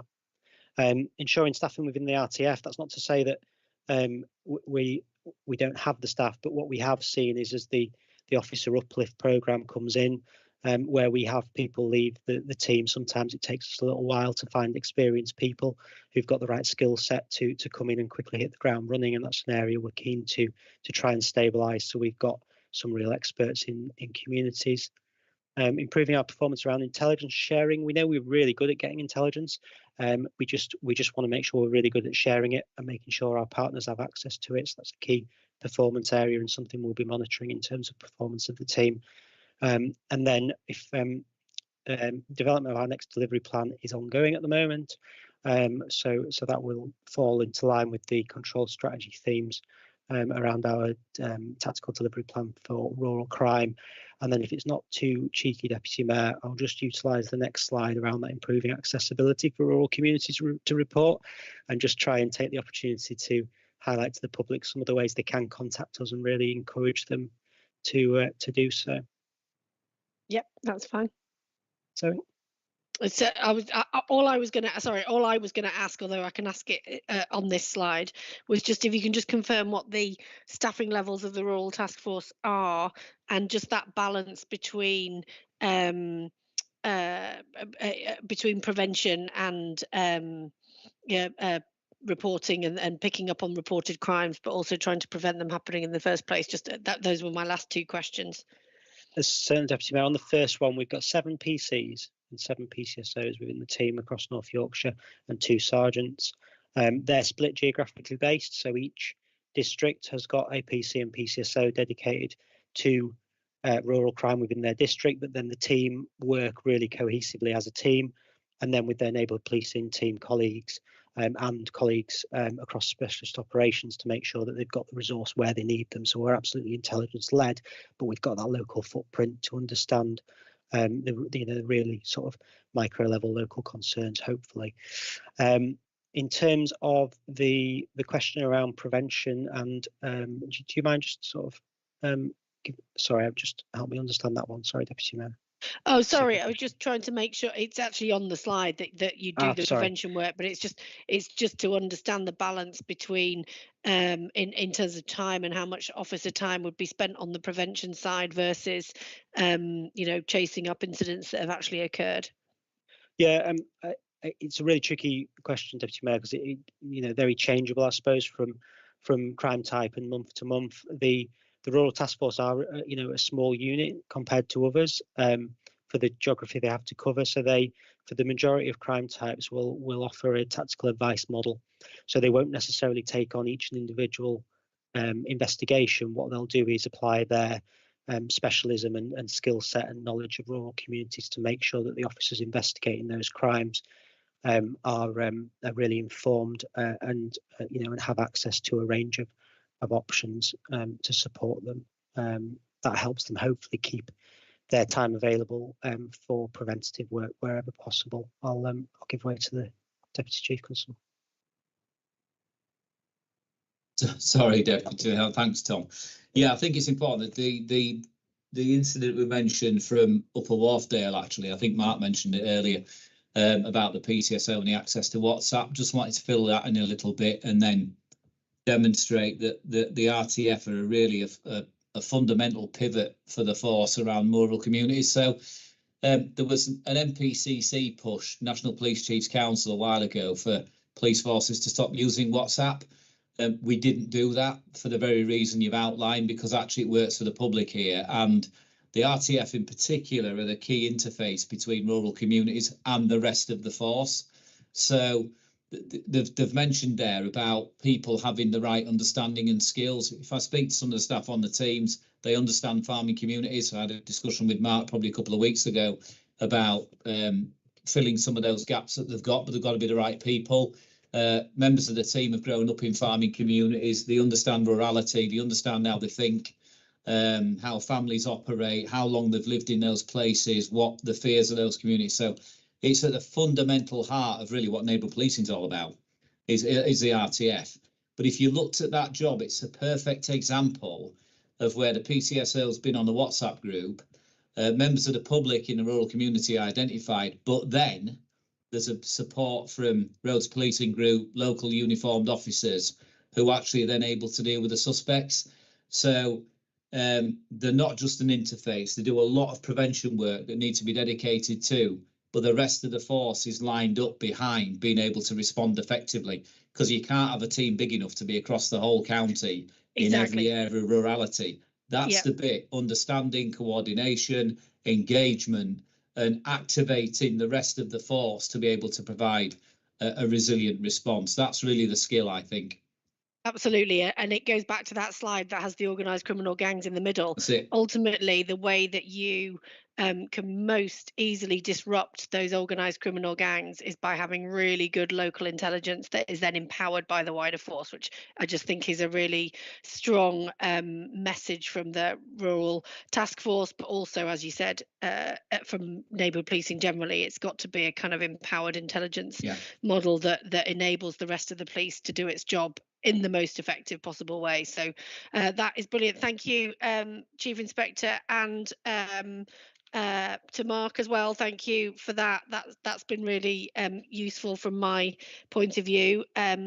You're very welcome to stay on the call, but equally, if you are not needed for the rest of the call, you are also you please feel that you don't have to stay on the call. I won't judge you.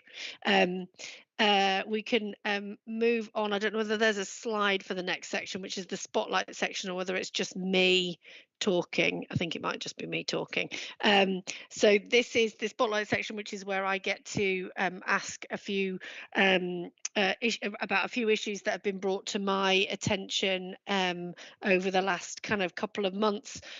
One of those, Deputy Chief Constable, was around domestic abuse. We have just talked about it in a rural context, but just in more widely probably around underreporting and trying to build confidence for those that want a criminal justice outcome. I know that for a lot of victims and survivors of domestic abuse, actually the criminal justice outcome isn't what's needed. What they need is support and assistance to be safe.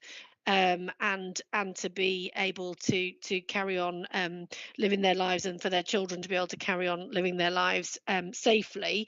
But just anything you can say around building confidence around reporting for those that want to. Yeah, no, thank you. And I think that insight's really valuable, because I think low outcome rates can quickly translate to the police don't take it seriously. I can assure you that's not the case in North Yorkshire Police. So I suppose the starting point is Sally's input earlier around the work of IDAS, and we work very closely with IDAS as a trusted partner, not only to help us engender confidence with victims and deliver the service that we need to, because IDAS give us some really valuable feedback about what we get right and what we don't. So we need to be responsive as a police service and really understand either the barriers to reporting, but also be sensitive to people who do not feel that a criminal justice outcome is the right route, for all the reasons that Sally's spoken about: financial dependency, family, isolate, you name it. But what we have to do is safeguard people to the best of our ability, understanding that some of victims, both women and men actually, and that touches on another question, doesn't it? About how we can deliver the best service. So for starting point, we have double the national average in terms of a criminal justice outcome rate. So we're at about 10%. Nationally, I think it's about 5%. So we will have our safeguarding investigation teams and investigators at local commands who investigate these offences. If they're high risk, if they're high risk perpetrators, or the actual incident itself is high risk in characteristics, that will usually attract a specialist investigator to look at those type of incidents.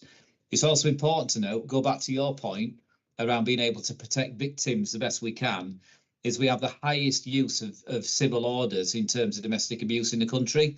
So we understand that people don't want to go through the criminal justice process, don't want potentially to provide a statement, don't want to support that formal prosecution because of all that brings with it. But we can, in those initial early days and weeks of an incident happening, provide that victim with some time and space to really think, with the support of specialist services like IDAS and others, about what the right route for them is. So we have a really high application of domestic violence prevention orders, and we are very successful at obtaining them at court, and that's in support of victims. Important to note this year that domestic incidents are around about the same level as they were last year, but domestic crimes as a result of those incidents are slightly less. We're still trying to work out what that means for us. Does that mean that people are ringing us when it's not necessarily progressing to a crime, but they've got confidence to pick the phone up? Does it mean that a different cohort of people are ringing us? We need to understand that and analyse that properly to answer the question that you've asked. 70% of our victims are female. It's about 75% actually, about 25-26% are men, which might surprise some people. And 1 in 5 of the perpetrators are repeats. So that might not be a repeat perpetrator against the same victim.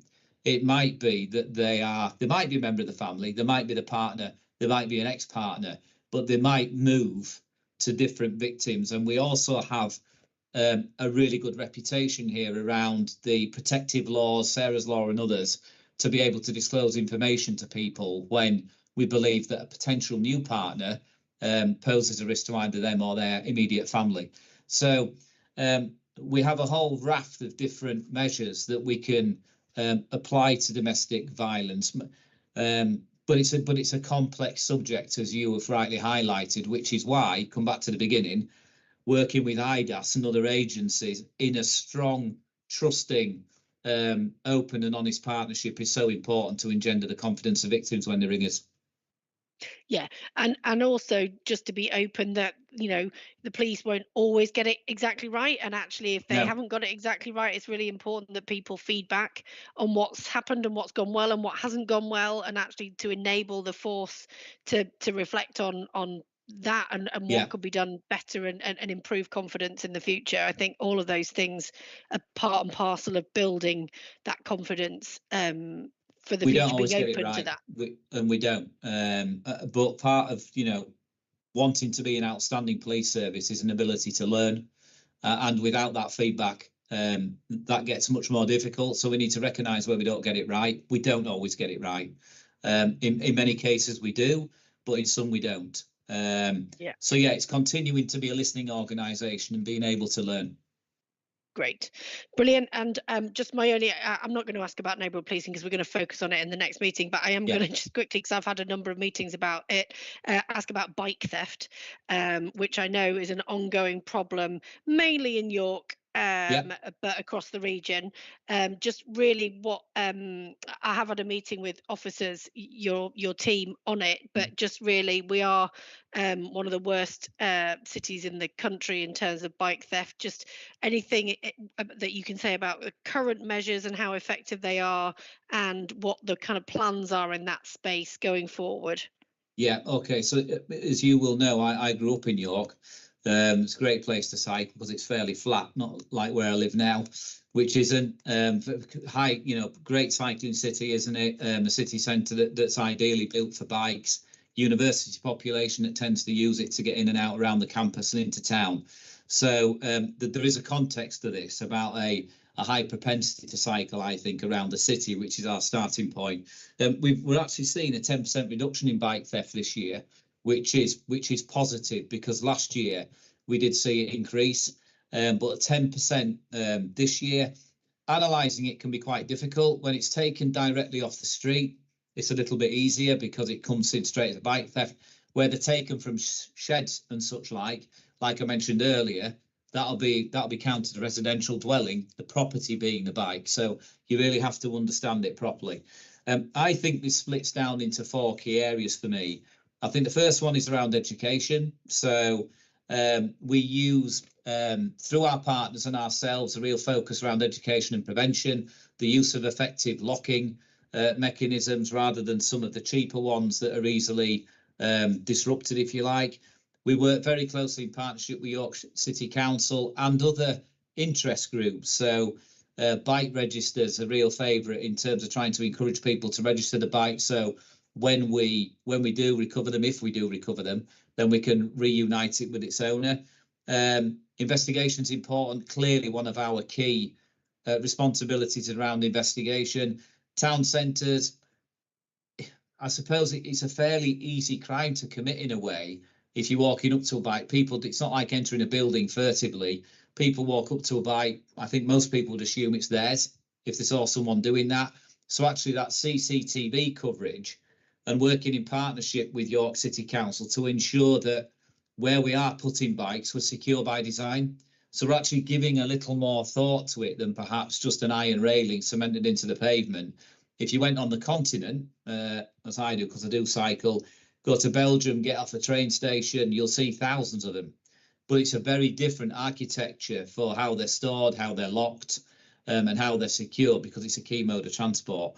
What we do recognise is going forward, I think this is going to be growing in terms of cyclists, green agenda, cheaper, all the fitness type of stuff. So working in partners, the council, key groups who understand cyclists, secure by design particularly, and where we get repeat offenders, which is a real concern, we have a responsibility to identify them and deal with them properly. And whether that means using things like orders to keep them out of city centres and bail to do that, then we will. But it's not the simplest crime to deal with, as you might imagine. Witnesses, forensic evidence, identification evidence, but working around those key sites and key locations is going to be important. Yeah, no, that's really helpful. So just a couple of things, and then we can move on to the third party report section. Just one, just around the prevention work that I know, particularly the PCSOs in the city do an awful lot of prevention.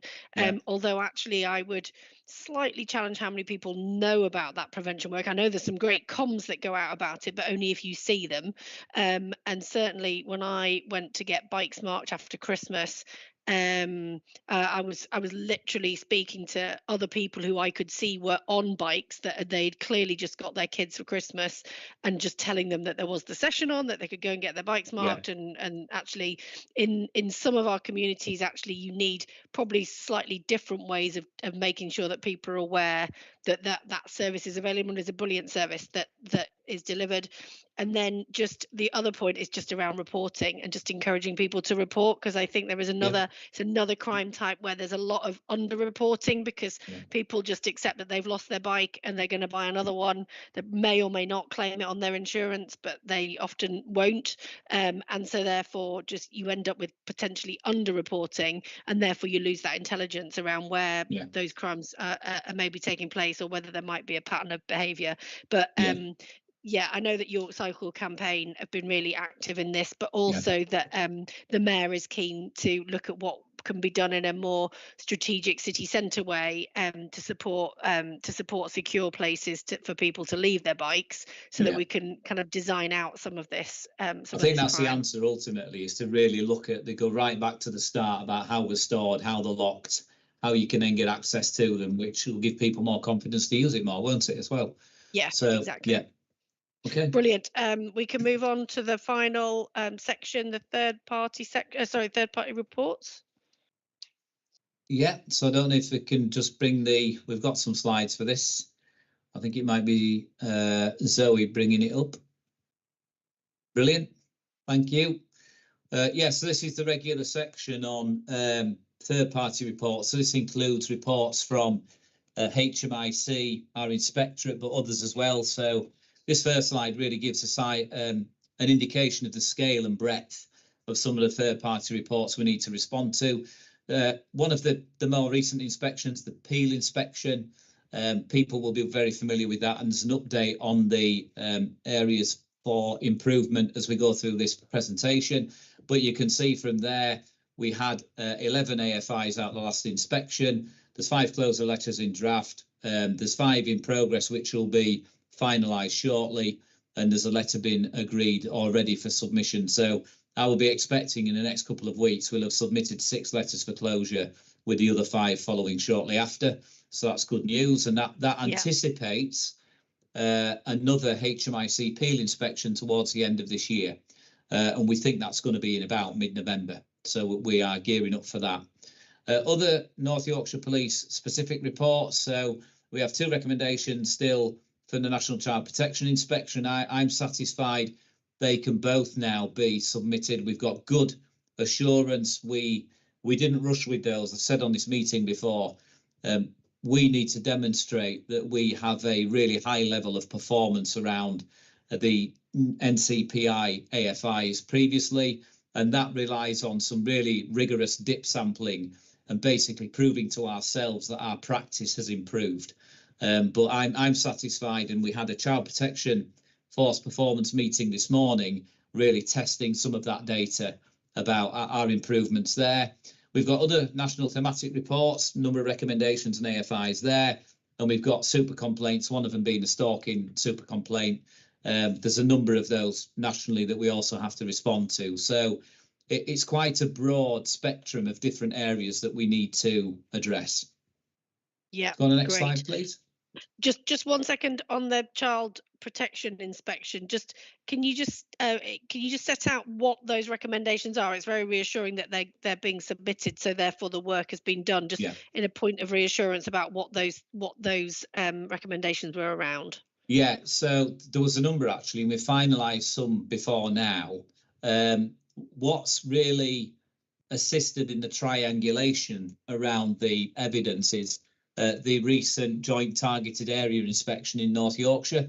So that was a targeted inspection in North Yorkshire County Council, North Yorkshire Council, I should say, as opposed to York. But they look at the practice of health, police and children's social care in terms of how they work in partnership together. There's some really positive things. There's always things to learn from that, but it's more partnership learning. Always comes back to effective sharing of information. But one of the areas, the key area that covers really the two recommendations, was around quality of investigation of by North Yorkshire Police. And really what that centred on was how effective we are at sharing information, how we respond to reports of child abuse. That could be neglect, it could be sexual abuse, it could be domestic violence, where children are regarded as victims if they're involved in incidents of domestic violence. There's 3 stages: initial response, investigation, and how we work with partners really to safeguard. The reason why I felt we needed that robust evidence base was because it's complex and it works across partnerships. So one was around improving the way that partnerships respond. So that's all the work we do through our multi-agency safeguarding hubs, our how we share information through MARAC, and all those different partnership groups, if you like. So I'm satisfied now. We can demonstrate that improvement. We had a very low good grading on the amount of cases that met the standard. That's improved quite drastically. There's still more work to do, but we've improved to a level that I feel now we can go back to HMIC and say, this is the evidence, this is how we've assured the practice we're doing. And the difference being from before, that we have a wealth of data that we regularly monitor. So that kind of covers some of the National Child Protection Inspection outstanding ones. You'll see 9 recommendations AFI from a custody inspection on there as well, which we're also in the process of finalising. Much of that had to do with the state of the buildings themselves and some of the remedial work that needed to be addressed. Great. Yeah, we can move on to the next one. So these are the Peel AFIs, the areas for improvement that came out of the report that was published at the beginning of 2024, with the inspection taking place in the previous year. So you can see there just across each one of those, some of them, so if you take AFI 8, for example, is dependent on a change to our IT systems to enable that to happen. So that's our origin system where our professional development reviews sit. So that's a longer term piece of work.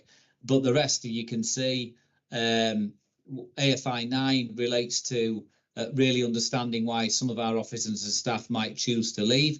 We have a very low attrition rate around police officers. And we have a system where we can interview people before they leave the organisation to understand what their reasons are. Some are very personal. They don't want to work anymore. They want time with the family. Some of them might be professional development elsewhere to get progression and promotion. They might be relocating. But understanding that's really important to be able to retain the best people that we can. So yeah, there's a summary. Just on that one, I was asked actually about that, not because it was an AFI, but because I think just someone was interested in it. I was asked about that by a member of the York Older People's Forum, I think it was, earlier this week. So that's actually quite reassuring that that I knew that, but actually it's interesting that that work has taken place, and actually that low attrition rate is always kind of under review, even though it is relatively low. Yeah, it is. You know, certain forces will report nationally they have a high turnover of student officers. We don't tend to see that. In fact, we didn't have a student officer leave for 2 years. We've had 1 or 2 leave over the last 12 months, but not large numbers. So, you know, that is key, isn't it? If you're recruiting people, particularly through the Uplift programme, we need to hang on to them and make sure they're settled. However, some people will say policing's not for them once they understand what it's about. So yeah, so there's the 11. They're progressing well. I govern that through our risk and assurance board, and the other chief officers oversee that because it's sat within their portfolios. Great. Yeah, no, I'm satisfied with that. We can move on to the last couple of slides, I think it is. Okay, so this just gives you a timeline for, I already mentioned it, the Peel inspection that's coming at the back end of this year. Some of these are quite technical terms, in fairness, but this really gets the point across that we're finalising the AFIs as we move into March and April. You can see there. We're then the new characteristics, if you like, that the inspectorate look for in terms of an effective and efficient police force are formally published. We've already had early sight of what they are, already working around that because we've been part of the consultation. And then as we go through the rest of this year, there are different stages of that inspection taking place. With the field work, you can see during October there, the commencement of field work start. Actually, we've just been notified that will start mid-November. So that's where the inspectors come in, probably for a period of around 2 weeks, the reality test what the force is doing. They don't accept our word for it. Earlier than that, you can see earlier in the year, during kind of April, May time, that's when they start looking at, for example, a number of crime reports or incident reports to test our practice. So it's quite a long process, but it will have been 2 years since the last one. And the Home Office have clearly stated they don't want to see any force go longer than 2 years without a appeal inspection. Yeah, no, that's fine. Thank you. Okay. And just to confirm, for anyone who's confused, an AFI is an area for improvement. It is. Yeah, it is. So it's what the inspectorate give you in their formal. Sometimes you get recommendations. Sometimes they give you a formal AFI, area for improvement. And just while we're on acronyms, PSD and ACU. I'll cover that. So PSD is Professional Standards Department. ACU is the Anti-Corruption Unit. So earlier this year, we had an integrity inspection that covered 3 areas: our ability to vet people coming in the organisation, the effectiveness of our Professional Standards Department. Really, that's focused around effective investigation of conduct and complaints. And Anti-Corruption Unit is about the proactive measures that we take using some of our technology to make sure we're identifying both staff and officers who don't meet the standards that are required. So we're vigilant around that. So these were, the report was published in early January. The gradings we got, vetting was good. I think it was a very strong good when you look at the report. So that means that we vet all the people coming into the organisation in line with the requirements of the College of Policing and the Home Office. It also means that our ongoing vetting regime is strong, that when people have either a business interest or a change in circumstance, we're able to assess that and if it's appropriate for policing. And we also have people in what we call designated posts vetted to the required level. So you can imagine chief officers have the highest level of vetting available, and then throughout the organisation, when people are in higher risk, more sensitive posts, the vetting levels will be higher. So vetting was good. We've got some work to do around professional standards. So there's something around how we understand what we don't get right in organisational learning, how we share that more widely so we avoid mistakes. Pressure around capability and capacity to investigate. That's linked really to the detective resilience piece nationally, where we have a shortage of accredited and trained detectives, but we are addressing that.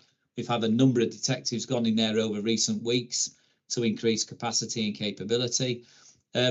You'll know about the complaints and conduct allegations issue. We've reported that to the executive board. And also, we had actually a really quite a positive report in terms of improving fairness and consistency in decision making. But we need to always be vigilant around that fairness within professional standards and how we record the rationale around why we've made certain decisions. When we go look at the anti-corruption unit, we've already addressed the first one, accurate recording of who has mobile devices. So we issue both laptops and phones to our staff. Understanding who's using them at any given time is clearly important. So we've addressed that with ICT colleagues. We keep a register about who has what devices. And then there was an AFI also around the collection assessment of counter-corruption intelligence, which we're also working on. So, I mean, you'll see that it requires improvement on both of them. There's a plan in place to address those. Zoe, I don't know if you want to go on to the next slide for me.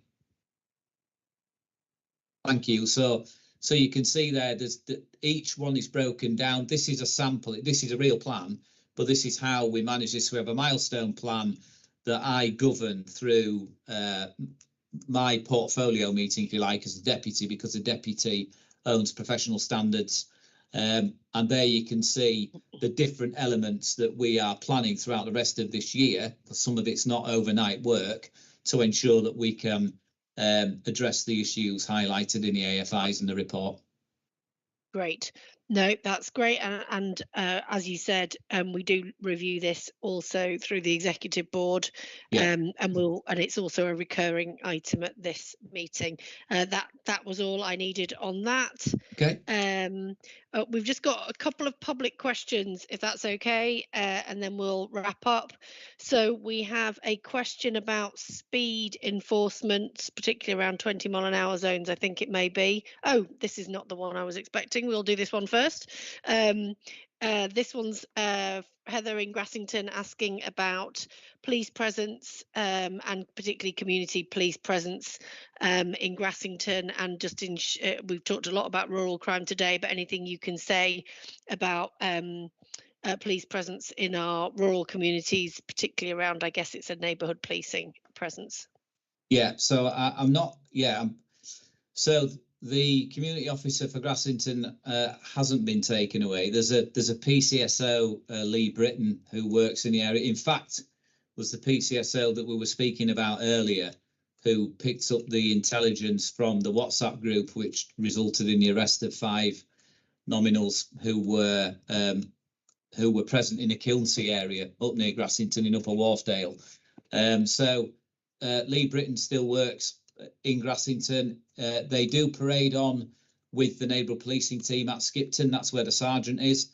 That's about direction, well-being and effective briefing, but they do work in Grassington. That's where Lee's beat is. PC Craig Blake, he's also a police constable who's responsible for Grassington, and there's also a public safety officer that works in the area. So I'm going to see them, I think, in a couple of weeks.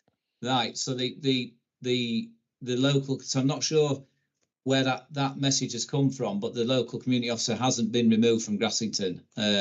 We've still got others up there. I can assure you Skipton is a full-time station, and they work 24 hours. So we have a number of teams that deploy from there. Neighbourhood policing teams deploy from Skipton. As I've already said, the staff at Grassington are part of that wider neighbourhood policing team in Craven. And the response teams in Skipton work 24/7 and have done for some considerable time, and there's no plan to change that.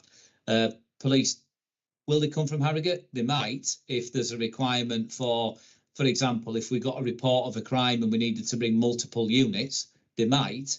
But the Skipton police station is 24/7 and works in that way, and I know that because I work from there.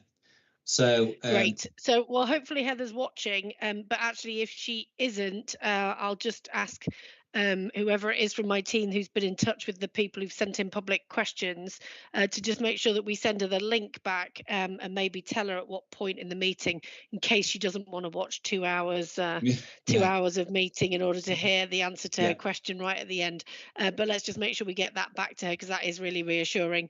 And I think we had one more question from Roy, yes, about speeding, and this I guess is around speed enforcement. Actually, I'll just say before you jump in, Deputy Chief Constable, about the Road Safety Partnership and the work that does and is doing, and I've certainly met with a whole load of parishes over the last couple of months around not just speeding actually, but more other measures around road safety that would improve road safety in some of our villages and smaller towns. But I don't know whether there's anything around enforcement around 20 mile an hour, which I know is a contentious issue right across the region, whether there's anything we can say around speed enforcement. Yeah, I think so. I think the first question is, so excuse me, we had a look at Bellaby and we deployed a number of times there last year with the speed camera, either the motorbikes or the smaller speed camera vans. It doesn't feature as a, if you like, as an accident kind of a really intensive accident area, thankfully, and that would normally drive our tasking. Now, it's not to say you wait for accidents to happen. Of course you don't. We respond to complaints of speeding, which is why they've been deployed into the area. In terms of the 20-mile-an-hour limit, the decision about where those limits are applied is one for the local authority, not for the police. Yeah. So Yeah. I think the second part of the question is more about, there's a 20-mile-an-hour limit been put in one place, but not perhaps where the community might have thought it might have been put. As I've said, that's not a police matter. That's for the local authority. They decide where those speed limits are applied. Yeah, no, that's fine. And just again, a message to Roy. I have had, like I said, a series of meetings with parish councils. I don't think I have met with Bellaby. But if Roy wanted to make contact with his parish and suggest that they pick up any wider road safety issues with me, I'm very happy to follow that up, as I have been doing with dozens of other parish councils over the last couple of months. So I'd be particularly interested in whether he had what the concerns of the parish were around the main road. But I think that's really helpful on that one. And so I should just add, there's some tasking planned as well for Bellaby in the next few weeks, so they may well see a speed camera van that's present. Great. People should ask more questions, and then they get the response that some of them are asking for. But that's great. That's really helpful. Just in terms of the next meetings before I close, I think the next advertised fire meeting was advertised as the 17th of April, but it won't be on the 17th of April because will not be here to chair it on the 17th of April. So we will re-advertise that once we've got a confirmed date. But the next police online public meeting is on the 15th of April and will be focused on neighbourhood policing. I think that's the area of the spotlight area that we're going to be looking at. And then, as I said at the beginning, some of those thematics of the meetings going forward will be set around the new police and crime plan. But I'd just like to thank everyone for their time today. Thank you, Deputy Chief Constable, for your time. And we'll see you at the next meeting.